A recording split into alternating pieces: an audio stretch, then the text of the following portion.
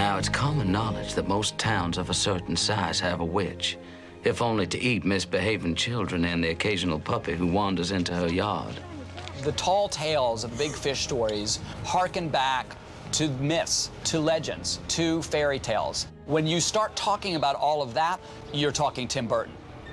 This is his territory. And there's really no one better to bring his own unique vision to that whole side of the story than Tim. Did you get the eye? I brought it. Let's see it. He puts his Tim Burton touch to it, particularly the scenes where exaggeration and the storytelling and the fun and the entertaining parts of it. You know, if you look at folk tales or mythology, there's certain images and places and symbols of characters, witches, giants, werewolves, you know, coming into a mystical city. All of the imagery and symbolism is sort of rooted in those kind of classic themes and structures. Fred! Welcome to you. What's your name? Edward Bloom? Oh, here. Here you are right here. Edward Bloom. We weren't expecting you yet. Spectre is, it really is a dream town where you eat apple pie and everybody is friendly towards each other, and it's a little surreal, very dreamlike. It feels real, but there's something that's not quite real about it. It has an edge. The people have an edge. There's an edge to what happens, and that's the edge of storytelling. I've been working on this poem for 12 years. Really? There's a lot of expectation. I don't want to disappoint my fans. May I?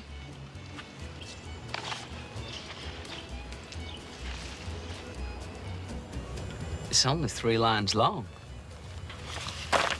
Which is why I should never show a work in progress.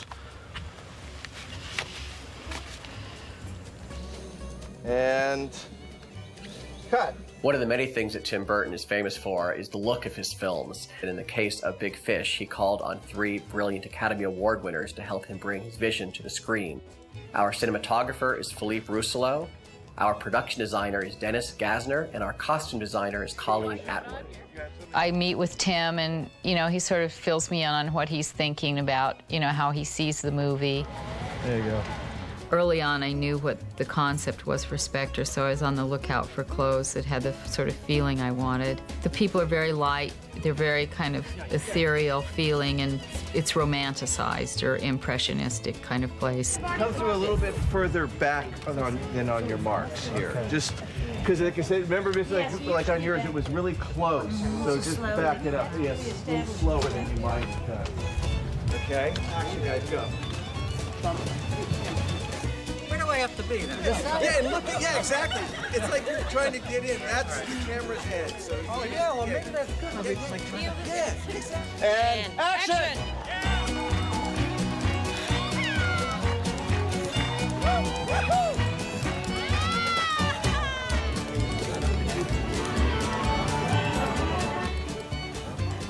I have to leave.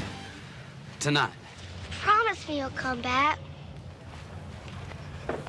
Someday when I'm supposed to. It's nice to actually have her, have him go down like that and have her come up. Can I see it? Yes, sir.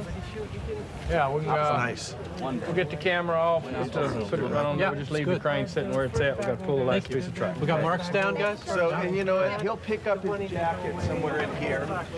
Okay. Action! Promise me you'll come back. I promise.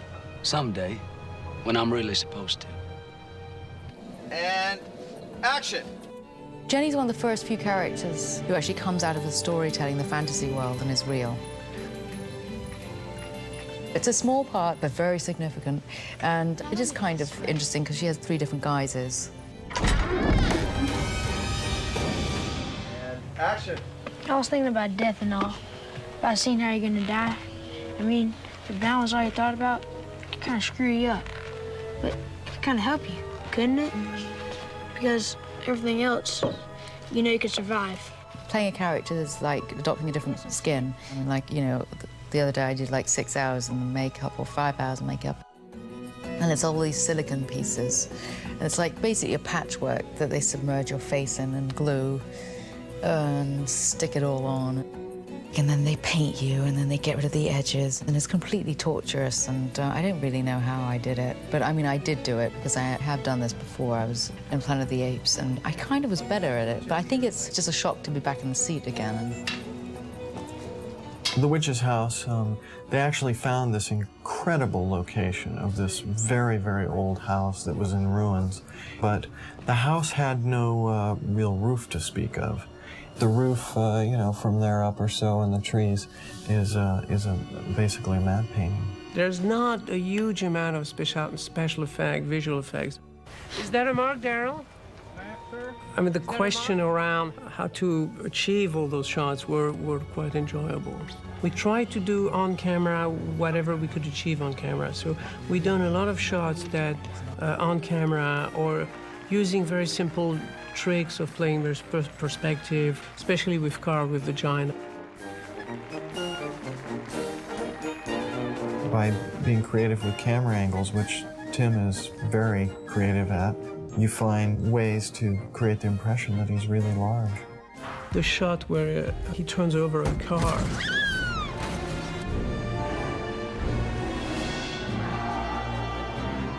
You just put a camera somewhere and you try to put one car here, and the small car, the miniature car in there, and then you move them around until something in your brain says, oh yes, I buy that, this is working.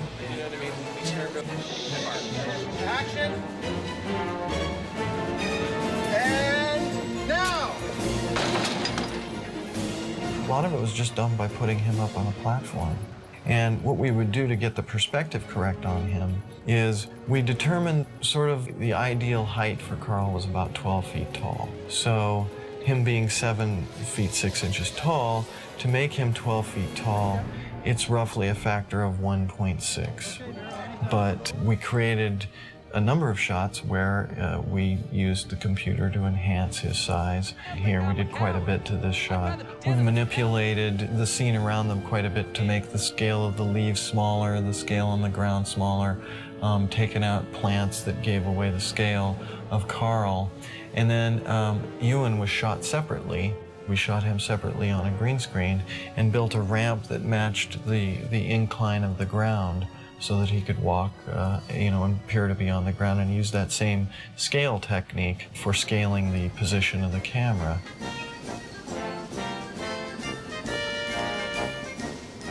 All the costumes are so wonderful. I liked the rat suit the best. I thought it was so imaginative and so cool. It just looked so interesting. There's so many things going on with it, but at the same time, it was just wonderful. It was a wonderful visual effect. In addition to that, they've made shoes for me. I am actually in the Guinness Book for having the world's biggest feet, so it was quite an effort for these people to make these shoes.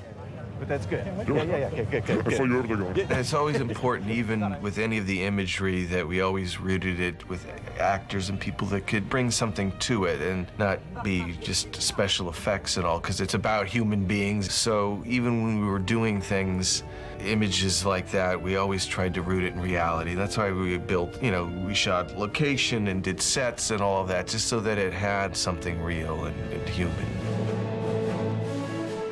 It's a story about the importance of stories and myths. You watch any movie, you read a book, comic book, anything. All of our exploration and thinking about things and creative ideas, it's all based on those things. And movies are the same thing, and in the future it'll be some other form, but it's always rooted in stories. Always has been with us, always will be.